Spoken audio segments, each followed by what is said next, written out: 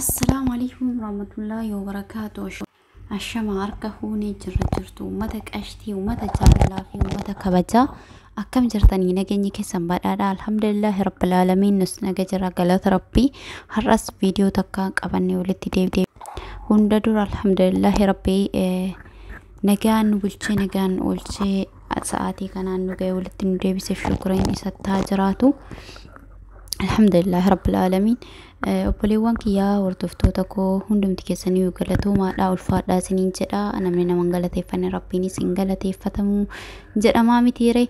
كنف ورتفتو تكو جلق برا خاصتن يسونا هيفتين هاقا قويا هرانا ججبي سودان نبرا ترتاني أما اللي ججبين كيسا أكمسين تفوفت هاتا وكسنين ججن جالت لا هاقا فيديو كان يرودا واتاني لايك شير كومنتي gochuudhaan na bira dhaabbadhaa isiniin jedha galatoomaadha gara yaada koo kan dhufeetitti tarabbiyaa hundumaayyuu innaa lillahi wa innaa ilaihi raaji'uun kalee dubbanne jennee har'a waa irraa dhiisnuu miti jechuudha wanni furmaata hin arganne waan dhagaan jedhee anillee hin cadhisu hamma humna kiyyaatiin sagalee ta'aniin nin dubbadha jechuudha hunda dur ijoollee Suudi Arabiyaadha obboleewwan keenya warroota lubbuudhaan darban rabbiin isaaniif haa araaramu maatii firoottan isaaniitiif sabriif jajjabina haalaatu jechuun jaaladha ittaan su ammoo wanta danaan baane hunduu caaltuulleen gara fuula akiraa deemteerti mina jirrig beedhanii barreessanii gadhiisaaranii hangam akka dhugaa ta'e garuu wallaa waalamanillee waa irraa beekuu hin qabu egaa caaltus ta'uu baattu nafsee warroota darbeetiif caaltullee wanta adda godhen jiru nafsee ilma namaa kamiyyuu takkattiidha haa ta'u caaltuu waan miidiyaa irratti beekamtii qabduuf waan nama battee jirtu miidiyaa kanarratti as baatee beekamtii miidiyaa kanarraa waan hin qabduuf caaltuu maqaa dhufna dadurummaadha caaltuu yookaan abdii kenna malee hundi isaaniitu ilmaan Oromoodha nafseen ilma namaa kamiyyuu takkattiidha jechuudha wanti waltareen jiru caaltuun nama kaanii wanta addasii godhe hin jiru wanta addasii godhe asirratti dadurummaa maqaa isaanii dhaamu waan miidiyaa irratti beekamaniif malee jechuudha waan miidiyaa irratti yeroo sooshaal miidiyaa kanarratti sagalee qabanii fi akkasumas beekamtii qabaniif malee waan nafseen isaanii kaawwanii adda ta'eetii miti jechuudha kanaafuu ani wanni nan galle dhugaa dubbachuudhaa fi hedduu nama gaddisiisa gadda yoomiyyuu onnee namaa cabsuudha ilmaan Oromoo nama 250 ji'a takka keessatti dhabuu jechuun nama gaddisiisa nama ulfaata jechuudha ji'a osoo hin taane torbee takka keessatti nafsee isaanii dhabuun baay'ee nama gaddisiisa jechuudha dhugaa baay'ee nama dhukkubsaa baay'ee akkaan namatti dhagahama rabbiin hundumaayyuu obboleewwan keenyaa rabbiin fuula rabbii isaanitti haa tolu namni ni du'a namni kamiyyuu du'a hin oolu garuu duutitti waladda duuti biyya namaa duuti mana hidhaa osoo iyyatan osoo nu dhaqqabaa jedhan osoo yaalammii kiyya jedhan osoo nu dhaqqabaa nu galchaa asuma keessaa waan nu godhinaa akkuma as keessaa baanu nu taasisaa osoo jedhan osoo iyyatanuu nafseen isaanii achi keessatti baate jechuudha oo'aa fi beelaan kan gaggabee macureen maramee waa hedduu ta'ee du'e dhibamee osoo wal'aansa takka hin argatin gara fuula rabbii deemee jechuudha ummata keenya nama 250 torbee takka keessa dhabne jechuun wallaahi waan ulfaataadha nama kana argachuudhaaf deebisanii argachuudhaaf yeroo tilmaamuu dandeessan baay'ee nama dhiba namoonni as keessa jiran kun tariyyaan namoota boruuf abdii biyyaa ta'uu danda'an namoota boruuf garbummaa biyyattii saniitiif furmaata dawaa ta'uu danda'an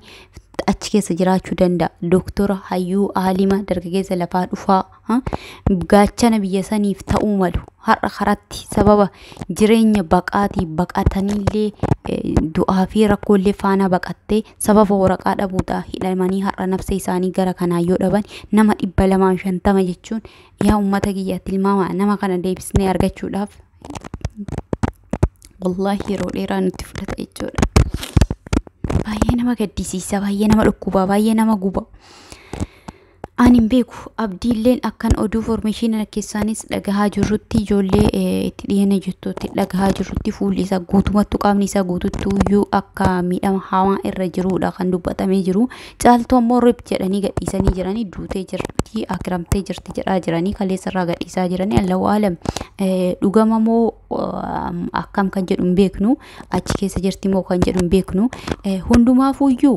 nafseen caaltuutiif kaanis wanta adda godhe hin jiru. Sagalee waan asirratti qabduuf nama dhukkubsa. Har'a ijoolleen tuni tankalee sagadi baatee osoo uummata ofiitiif iyyitu rakkataa ofiitiif osoo iyyitu baqataa ofiitiif osoo iyyitu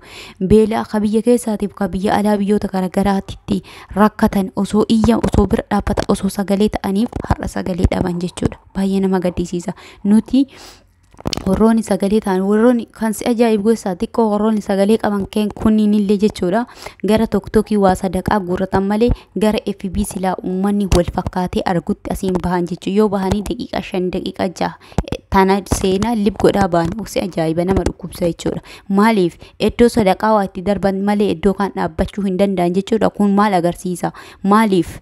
sagalee hin taanu maaliif gadi baanee hin iyyinu anallee na dhagaan jedhee taa'uu hin danda'u maaliif haqa narraa qabani lammii kooti dhiiga kooti foon kooti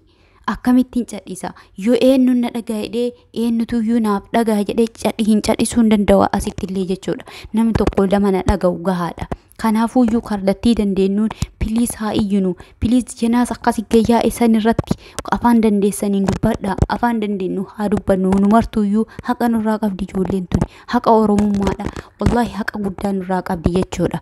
Yaa ummata kiyya piliis gadi bahaa waliif iyyaa hamma dandeessanii walii iyyaa eenyu na dhagaan jedhiin iyyi gadi bahii nama situyyuun hin beekne malee namni si dhaga'u baay'eedha. Piliis viidiyoo jenaas achirraa gayyaa isan irratti afaan garagaraati alaabaa irra godhuudhaan piliis viidiyoo hojjedhaa gadi ba'aadha hin cadhisinaa boruullee teessan tanuma keessattuu ijoollee Suudi Arabiyaa keessa jirtan wallahi rabbi sinaa tiksu homaa isiniin jechuu hin dandeenyu homaa isin gochuu hin dandeenyu rabbi isinii kadhanna hamma dandeenya miidiyaa qabnu ni iyyina jechuudha. Kanaaf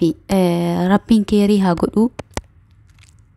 rabbi haa laaffisu hundumaayyuu baay'ee nama dhibaa baay'ee nama dhukkubsaa wallahi maal akka jennu hin beeknu hedduu takka nama gaddisiisa yaa lammii koo wallahi carraan nu qabnu carraan lammii keenya bakka hundatti kun garasitti bineensaan gudeedamuudhaan kun gamanatti kan karaa Yamaniitiif ijoollee keenya kan karaa Yamaniitiif Suudi Arabiyaa keessaa fi Liibiyaa ta'aa jiranii wallahi ani xilaata kiyyaafillee hin hawwu kana xilaatuma kiyyaafillee hin hamu baay'ee nama dhukkubsa baay'ee nama gaddisiisa maali yaa Oromoo garuu akka sabaatiin rakkoo qabnu jira kana osoo rakkoo qabnu kana nuuf ibsanii silamoo badii asii duratti kan uummatni dura darbe dalage nuun bahaa jira moo akkam kan jedhullee ani yeroo baay'ee gaafii natti ta'a wallahi nama gaddisiisa rabbi keerii haa godhu suuraa caaltuu rip jedhanii gadi dhiisanii viidiyoo irratti waraabanii gadi dhiifamaa jira. Hundumaafuu innaa lillahi wa innaa ilayhi raaji'uun jenna warroota darbaniif nafseen isaanii rabbiin wallahi warra jannataa isaan haa taasisu maatiif firoottan ahlii isaaniitiif sabrii jajjabinna haa kennu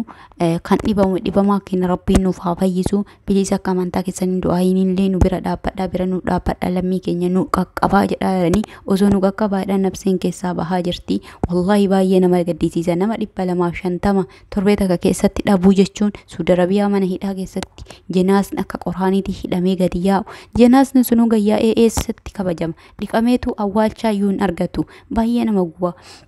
Yaa Oromoo wallahi waa hedduu cabne waa hedduu miidhamne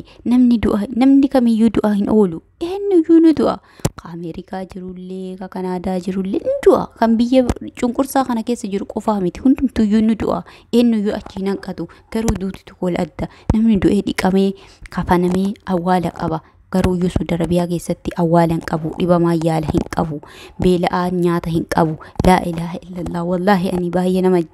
nama gaddisiisa baay'ee nama dhukkubsaa yaa Oromootiyya inshallah rabbiin nurraa olaa fuudhu rabbiin gahee nuunaa jedhu gubanne yaa akii wallahi carraan keenya boo'icha malee waan biraa ta'u miidiyaa asbaan waan gaddaa malee waan nu boochisu malee waan nu rifachiisu malee humaa yoo waan biraallee godhuu dhabne wallahi hin butamna hirrifannaa hamtuu isaanii arguun barbaannu nu dhukkubsa yaa Oromootiyya